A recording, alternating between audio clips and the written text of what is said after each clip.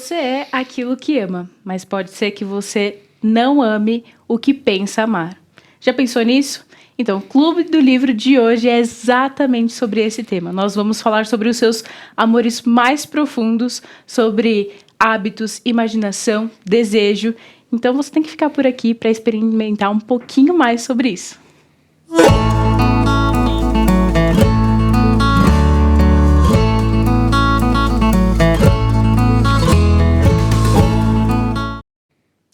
Nós lemos para sabermos que não estamos sozinhos. Isso, essa frase do C.S. Lewis que a gente sempre fala aqui no Clube do Livro. E ouso dizer que, sobre a literatura de hoje, nós lemos também porque é liturgia, se trata de liturgia, se trata de imaginação, que é um dos temas de hoje, do livro que nós falaremos, que é Você é aquilo que ama. Mas antes, porque eu sei que você está empolgada aí, já sentou no seu sofá, pegou o seu café. Antes de tudo isso, antes da gente conversar, bater aquele papo, eu quero te convidar para se inscrever no canal e ativar o sininho. Eu adoro falar isso, coisa de blogueiro. Ativa aí o seu sininho, se inscreva no canal, compartilhe com seus amigos. Você que gosta de literatura ou você que quer incentivar a literatura no seu meio, no seu grupo de amigos, faça um Clube do Livro, acompanhe aqui o Clube do Livro e também comente, curta, faça todas as interações possíveis aqui para a gente saber o que você está achando, qual que é a sua opinião. Sugira aqui os livros que você quer ver. A gente tem atendido alguns aí, ó. Já saiu do Peregrino, por exemplo, que foi um dos comentários. Então eu espero ver você mais por aqui. Você é aquilo que ama. Então, esse é o livro de hoje para falar com o pastor Paulo Neitzke. Falei certo? Certíssimo. Nota 10, mandou muito bem. O alemão tá bom, então. Poxa, tá, nota 10. Eu já quero perguntar quem é você. Para quem te enxergou agora, falou assim, mas quem é o Paulo? Ok. Então, gente, é difícil, viu? Porque meu sobrenome realmente não é fácil. Você que vai talvez ler depois aí no GC, você vai perceber. Mas eu sou natural do Rio Grande do Sul e eu moro aqui em São Paulo já tem 10 anos. Eu vim para cá para fazer toda a minha parte de formação, né, ministerial e profissional. Então eu trabalho na Igreja Batista do Itaim, aqui em São Paulo, como pastor, mas tipo a área específica, o ministério específico onde eu estou inserido, onde eu exerço o meu chamado é na área de louvor e adoração. Então, é mais ou menos isso. Esse é um pequeno resumo de quem eu sou e de onde eu vim. Bem pequeno, né? Bem pequeno. Fica essa jornada aí. Inclusive, nós temos um Clube do Livro com ele sobre louvor. Então, se você gostou dessa área, se você é ministro de louvor, se você rege aí o louvor na sua igreja, já aproveita para assistir, porque tá uma bênção, tá muito legal. E, Paulo, a gente já começa com as perguntas boas, né? Bora. Como que é a sua jornada na literatura? Como que isso te ajuda na sua vida? Então, Letícia, sabe, é muito engraçado, eu digo hoje engraçado, mas eu não venho de uma infância ou de uma adolescência onde eu fui inserido na cultura de ler livros.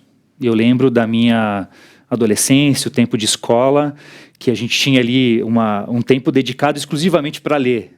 Só que eu fazia qualquer outra coisa ao invés de ler, porque, sei lá, na minha cultura, os meus hábitos, a gente vai falar de hábito hoje, isso não estava muito presente, né? E demorou. Foi só quando eu vim para São Paulo que eu comecei a me despertar nesse aspecto de aprofundar o meu conhecimento na literatura, né? Então, o seminário foi um lugar onde isso foi crescendo cada vez mais, e hoje posso dizer que eu tenho paixão de poder ler e de poder, sei lá, me conhecer melhor e também conhecer outras coisas por meio da literatura, né? E isso, sem dúvida alguma, é importante no ministério que eu exerço, né? Tanto no Ministério de Música, a gente não só toca e canta, a gente também tem que se preparar muito, tanto para a minha função que estou ali ministrando, liderando o louvor, no que saber o que dizer, como conduzir a igreja em adoração, mas também no que diz respeito a compor canções. E eu, pela graça de Deus, eu não me sinto ou não me vejo como um compositor nato, sabe? Tem gente que senta e já começa a escrever. Eu já tenho um pouco mais de dificuldade nesse aspecto. Mas para poder escrever canções para a igreja cantar, ou canções que vão talvez impactar a vida de alguém, a gente precisa ter conhecimento. Porque as pessoas vão ter esse conteúdo para ouvir e eu quero que elas sejam abençoadas, eu quero que aquilo possa de alguma forma impactar a vida delas. E para isso é necessário a gente ler, a gente conhecer, a gente pesquisar bastante, né? Então, no meu ministério particularmente, a literatura tem uma função importante e fundamental. Muito legal isso que você falou. É porque literatura não é um ato individual apenas, né? É um serviço também que você pode prestar às outras pessoas. Exato. Através do louvor, através do ensino, enfim. E eu acho que traz uma esperança para o nosso público, porque tem muita gente que fala assim, mas eu não gosto de ler. Mas eu não sei ficar lá muito tempo lendo, não gosto disso, acho que não é para mim. E aí, quando você vê uma pessoa que, ok, eu também não tinha esse hábito, mas isso foi uma construção, eu fui tendo prazer na leitura, é muito legal, porque ninguém nasce assim, gostando, né? Você precisa desse hábito, você precisa criar essa logística no seu dia a dia de parar para ler, e aí você vai tendo prazer nisso. Né? E hoje em dia, eu acho que também a tecnologia tem facilitado muito as coisas. Você tem vídeo, você tem canal no YouTube, você tem Netflix, enfim. Mas, por outro lado, também, às vezes, a gente não tem assim tanta vontade de ler. Mas é um hábito, é uma disciplina. Então, para mim foi assim. Eu não foi algo natural ao longo do tempo. Mas eu tive que tornar isso uma disciplina, e essa disciplina, mais para frente, se tornou um hábito, pelo menos na minha experiência. E hoje em dia, assim, se tirar a leitura, a gente sente que está faltando alguma coisa. Falta alguma coisa. Alguma coisa. E acho que isso acontece com a Bíblia. A gente tem que trazer isso sempre para a palavra, né? Todo bom cristão tem que ser um bom leitor. Exato. Porque Deus se revelou através das Escrituras. Então, Perfeito. A gente tem que estar ali atrás daquelas letrinhas para transformar a nossa vida. Exatamente. E assim, voltando aqui para o livro, por que você escolheu ler esse livro? O que te chamou a atenção nele? Olha, vou te falar que de imediato o que me chamou mais atenção foi o título. Assim, quando a gente é pastor, a gente frequenta conferências, a gente visita outras igrejas e tem biblioteca e tem lá as editoras vendendo seus livros. E eu lembro, não exatamente qual foi a ocasião, mas eu estava num lugar onde tinha muitos livros, eu fui lá dar uma olhada, dar uma conferida naquilo que tinha. E quando eu bati o olho nesse livro, esse título, Você é Aquilo que Ama, isso de imediato me prendeu, sabe? Me chamou muito a atenção, até porque, há um tempo atrás, antes de eu me deparar com esse livro, eu tinha lido um outro livro que tem um título muito parecido, que é Você é Aquilo que Adora, que é um livro também assim, fantástico, extraordinário, porque ele vai construir uma teologia da adoração. E eu, como pastor, mas também líder de louvor, a adoração é uma coisa que a gente está constantemente lendo e relendo, descobrindo outras coisas, porque sempre tem muito a aprender, né? E eu acho que, pela aquela leitura ter sido tão boa para mim, talvez tenha tido ali na minha consciência alguma relação, mas o título desse livro de imediato me chamou muito a atenção. E até porque naquela época eu lembro também que eu estava muito focado em estudar sobre identidade. E quando a gente se depara com um título como esse, Você é Aquilo que Ama, de alguma forma nos remete a uma questão de identidade. Então, naquela época, como eu estava assim, muito interessado em meditar sobre esse tema, esse assunto, o livro me despertou ainda mais esse interesse. Ainda que a proposta do autor não seja, em última análise, falar sobre identidade. Isso acontece muito, eu acho. A gente lê um livro, a gente espera encontrar algum tipo de conteúdo nesse livro, mas ele nos surpreende com outro conteúdo. E eu acho que a minha experiência com esse livro foi mais ou menos assim. Mas eu acho que foi muito parecida com a minha experiência quando eu li esse livro. Porque eu li, né? E eu falei, gente, mas é muito diferente do que eu pensei que seria a abordagem. Eu achei que ia para uma área de pecado, né? Eu criei ídolos. Foi a mesma ideia de ídolos do coração. Sim. E aí, no final das contas, ele me surpreendeu por essa questão do desejo. Eu nunca tinha pensado na imaginação, no desejo, nos hábitos, da forma como esse livro trata. Assim. Exatamente. Isso também me surpreendeu depois que eu li, né? Eu vi que o subtítulo fala, né, sobre o poder do hábito, né? Mas o que me surpreendeu mais do que isso foi a questão da liturgia. Eu, como líder de louvor e pastor, a gente planeja uma liturgia de culto, agora sendo bem específico, né? E esse livro vai propor reflexões sobre isso e vai mostrar o valor de uma liturgia de culto bem construída, bem desenhada, porque isso influencia tanto a vida de quem está ali, envolvido no culto, quanto de quem está assistindo, participando, enfim. Né? Eu já quero pegar esse ensejo que você deixou e perguntar se isso mudou alguma coisa na forma como você lida com a sua igreja, né? Como a liturgia, por exemplo, ele te influenciou em alguma coisa? Influenciou bastante. Um rápido, assim, testemunho, eu venho de uma igreja batista muito tradicional. E eu lembro da minha infância de ter ali uma liturgia de culto muito clássica, onde inclusive tinha ali o HCC, né, o Inário para o Culto Cristão. Quem é batista mesmo sabe disso, né? Enfim, os tradicionais sabem desses materiais. E eu lembro que no culto tinha uma leitura responsiva, onde o pastor ele tinha uma frase e a congregação respondia. E eu era adolescente, eu não ligava para tudo aquilo, né? Mas hoje, me deparando com outras liturgias, com outras literaturas, e estudando sobre liturgia, eu vejo que isso tem um poder assim, e quando ele é bem utilizado, isso de fato tem um poder de transformar a comunidade no que diz respeito a uma cosmovisão, um entendimento e uma compreensão daquilo que está acontecendo no culto. Não é mero tradicionalismo, mas tem um fio que liga todos aqueles pontos dentro da liturgia que é fundamental para a vida da igreja. Pensar dessa forma, acho que ajuda até o telespectador a pensar no formato de culto que ele tem tido na igreja dele, né? Você aí de casa, analisa aí a liturgia que você tem tido, não só no culto da sua igreja, mas na sua vida, né? A gente fala muito sobre, por exemplo, a liturgia do ordinário, é um outro livro, né? A liturgia do ordinário. Então, da hora que a gente acorda até a hora que a gente deita, o que liturgia a gente seguiu, né?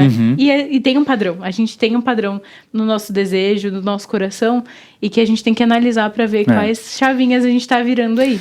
Porque a liturgia tem um poder, ainda que às vezes inconsciente, de formar os nossos hábitos. E isso às vezes a gente não percebe.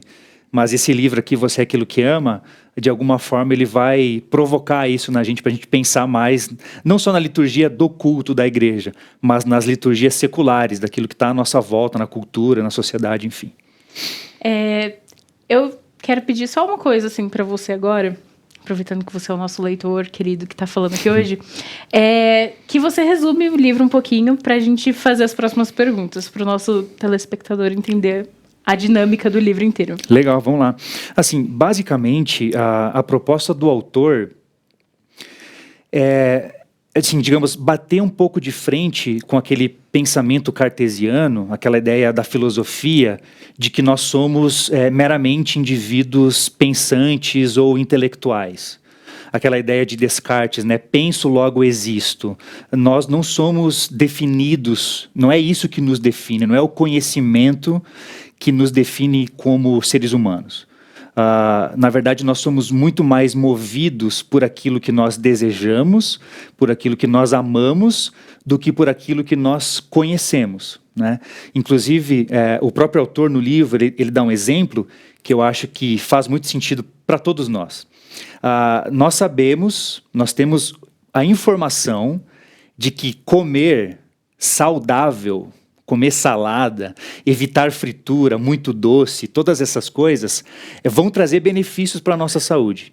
A gente sabe disso, a gente está constantemente sendo bombardeado por essas informações. Olha, cuide da sua saúde, se alimente bem, ainda mais agora nessa época de pandemia, né? Cuidar de tudo isso é ainda mais importante.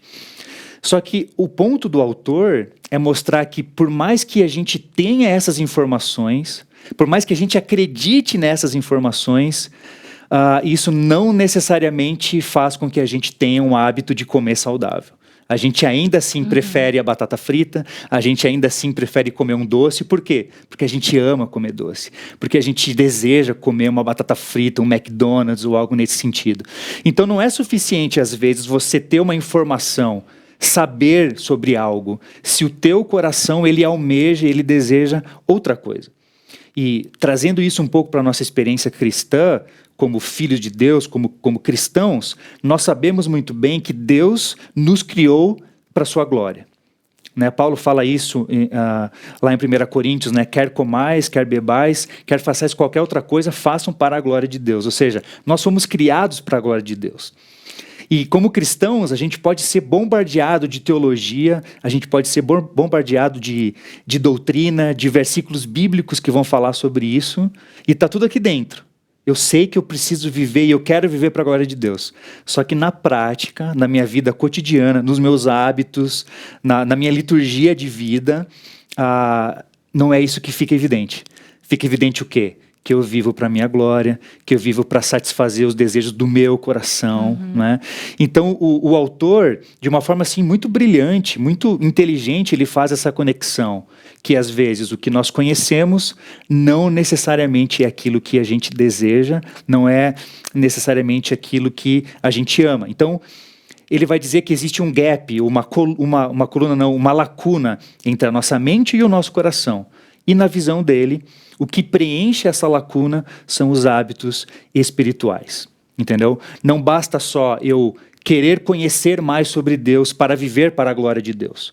Eu preciso que o meu coração seja transformado e para que esse coração seja transformado, eu preciso sem dúvida alguma do Evangelho, né? Cristo é o que vai transformar isso, mas o que vai me impulsionar a recalibrar o meu coração para amar e desejar aquilo que Deus deseja, aquilo que Deus ama, os hábitos, as liturgias espirituais, né, ou a liturgia cristã, ela é fundamental para, digamos assim, recalibrar o nosso coração para amarmos e desejarmos aquilo que Deus deseja. Nossa, você podia ter feito as Foi bem? notas do livro. Foi muito bom. E até lembrando das coisas que o autor fala, né? Essa parte de desejo acho que foi uma das coisas mais impactantes para mim.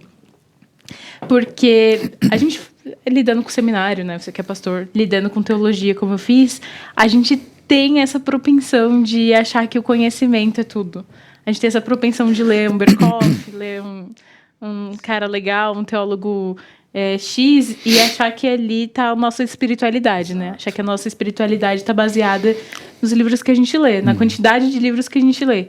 E, na verdade, não, né? Não é a intenção do Clube do Livro que você seja um legalista de livros que queria vários hábitos a respeito da leitura, mas não é transformado pelos livros, né?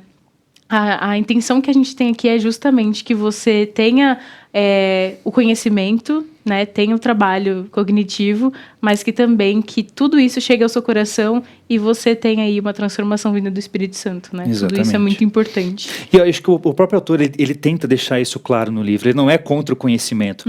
Ele é um PhD em filosofia, então pensa num cara inteligente, né?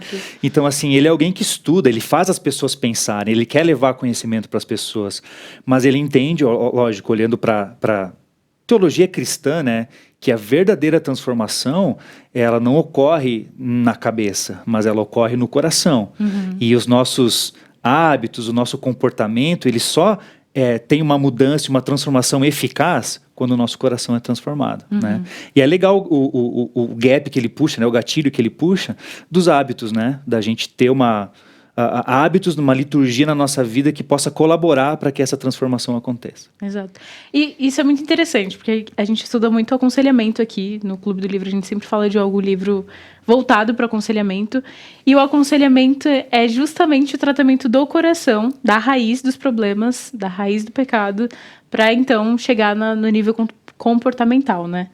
E eu acho que o James, ele explora muito essa área e ajuda muito, apesar dele não ser explicitamente da área do aconselhamento, esse livro seria muito bom para ser usado nisso, porque a gente para de olhar o superficial, né? Olhar, tipo, eu só tenho que deixar de ter tais hábitos. Não, o problema é antes. Exatamente. É olhar para o desejo, olhar para a volição, né? Mas, Letícia, é muito legal isso que você falou agora, porque essa é, de fato, uma das propostas do autor. É falar sobre discipulado. Sim, parece que não tem nada a ver. Você é aquilo que ama, hábito, discipulado, parece que não tem tanta conexão, mas tem. E essa é uma das coisas que mais me chamou a atenção ao ler esse livro. Porque ele quer proporcionar para a gente que é pastor, para as pessoas na igreja que trabalham com aconselhamento bíblico ou que querem discipular pessoas, é que a gente precisa urgentemente mudar a forma como a gente faz discípulos. A gente não tem que fazer discípulos colocando doutrina na cabeça das pessoas, colocando a Bíblia na cabeça das pessoas, sabe? Ensinando teologia, ainda que isso tenha um valor fundamental e importante.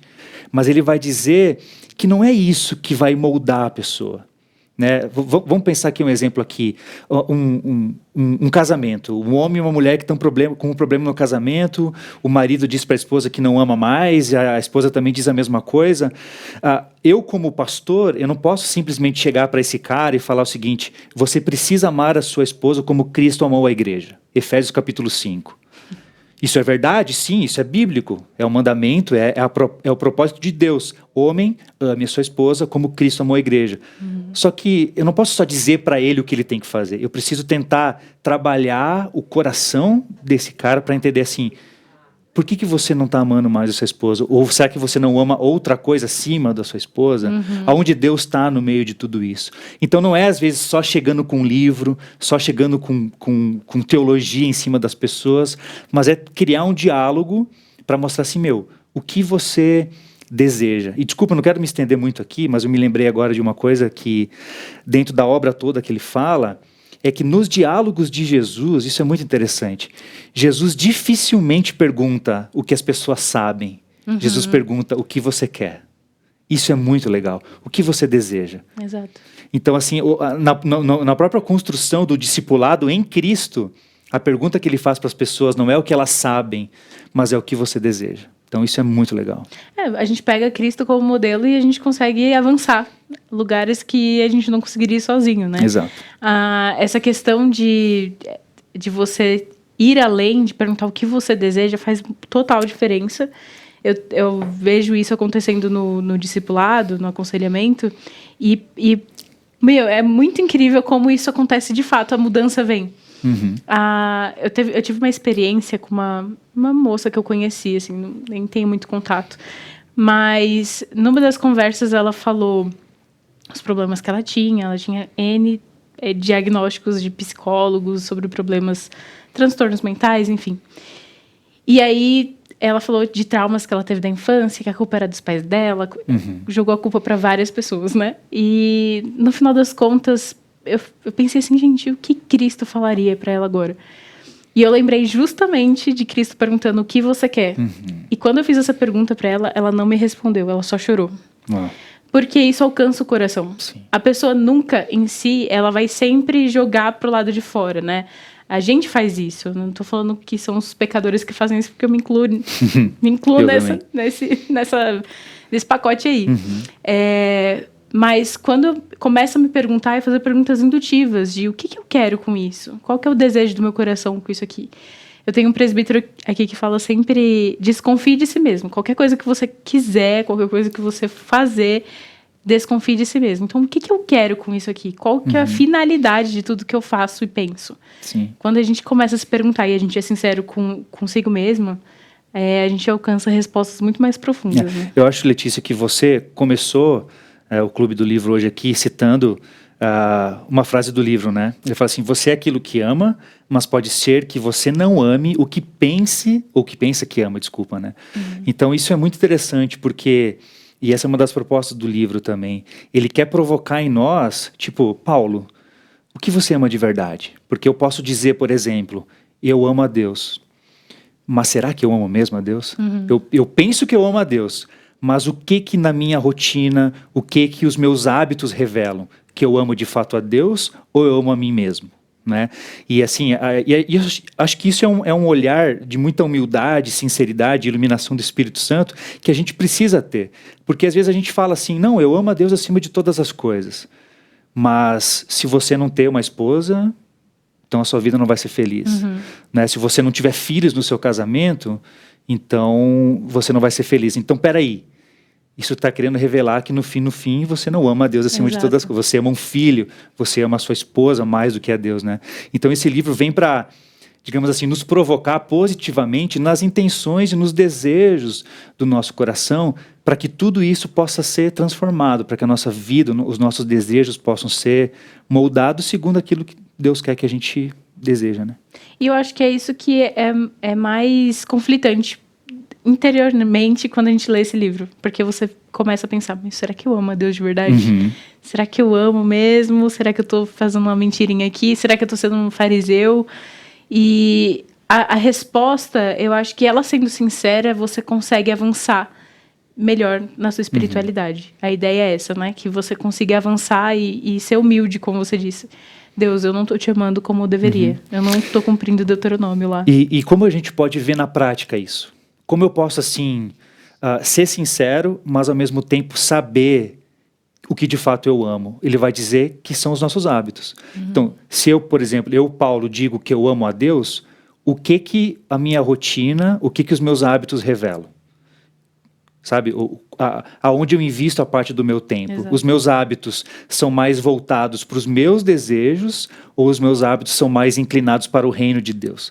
Então, eu quando li esse livro, tomei vários socos na cara, assim, pude avaliar profundamente o meu coração. Isso é muito bacana, né? Mas eu pude mais ainda observar que as minhas práticas diárias, o que ele chama de liturgias, né? É que de fato deixavam explícito que eu não estava amando mais ou a Deus acima de todas as coisas, mas que eu estava amando outras coisas acima de Deus. Então, os nossos hábitos revelam o que a gente ama. Não tem como fugir, não tem como esconder, né? Não tem. Porque eu estava pensando nisso, eu li ultimamente a Liturgia do Ordinário, como eu falei, e ela fala, a Tish Warren fala exatamente isso. Ela fala, o que você faz quando você acorda? E aí eu comecei a pensar, já começo vendo as mensagens de trabalho, dos meus amigos, da minha família. Eu abro o olho e já com a tela no celular. Uhum. E foi uma coisa que eu parei e falei, tá errado? Tá muito errado isso aqui.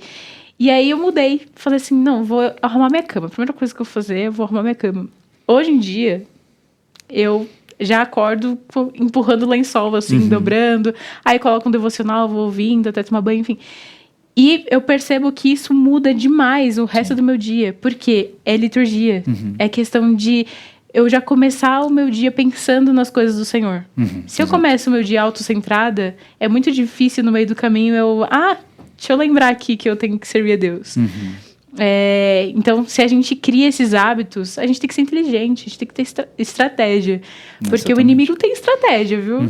E a gente tem que ter também de o que eu posso fazer para melhorar nessa área. A oração é um hábito que a gente esquece muito, e é um hábito, né? Orar é um hábito de sentar, ler e orar e ter devocional. Eu penso que a oração ela se torna um hábito somente pela disciplina. Acho que é a disciplina que gera o hábito na nossa vida. Até porque é uma disciplina espiritual, a gente já chama, né? Exatamente, né? Então, assim, às vezes a gente não tem o desejo de orar, não tem o desejo de ler a Bíblia ou de ler algum livro como esse. A gente quer fazer outras coisas, a gente quer descansar, a gente quer curtir, a gente quer assistir um Netflix. E a gente precisa ser muito intencional nessa disciplina de orar, nessa disciplina das disciplinas espirituais de forma geral, porque é apenas a disciplina que vai gerar um hábito. E o hábito é uma coisa natural que a gente faz. E para que a oração se torne, por exemplo, né, um hábito, a disciplina que vai nos conduzir para lá. Então, a dica e o desafio de hoje para você de casa é: seja disciplinado. Mais do que isso, crie hábitos saudáveis. Mas ainda mais do que isso, sirva ao Senhor, né? Avalie o seu coração, avalie se de fato seus desejos, a sua imaginação tem cooperado aí para que os seus hábitos sejam bíblicos, sejam cristãos, venham da palavra de Deus. A gente não conseguiu falar tudo aqui, de tudo que poderia falar, mas você tem uma boa notícia, você tem aí o livro para comprar, você tem disponível em várias plataformas, você pode adquirir o livro e contar aqui pra gente nos comentários como que foi a sua experiência, a gente gosta de saber disso, afinal de contas o Clube do Livro tem muita interatividade, essa é a minha palavra-chave para tudo, interatividade. Então você tem que comentar aí, curtir, me falar o que você acha desse livro. E para encerrar, Paulo, quero que você dê uma mensagem aí sobre liturgia rapidamente para o pessoal fixar esse conteúdo no coração. Olha, o autor ele procura assim nos alertar muito para as liturgias seculares, né? A gente está rodeado por liturgias e se a gente não abrir o olho para elas, elas vão nos capturar. A gente foi criado para adorar, só que o mundo à nossa volta nos leva a adorar outra coisa que não seja o Senhor.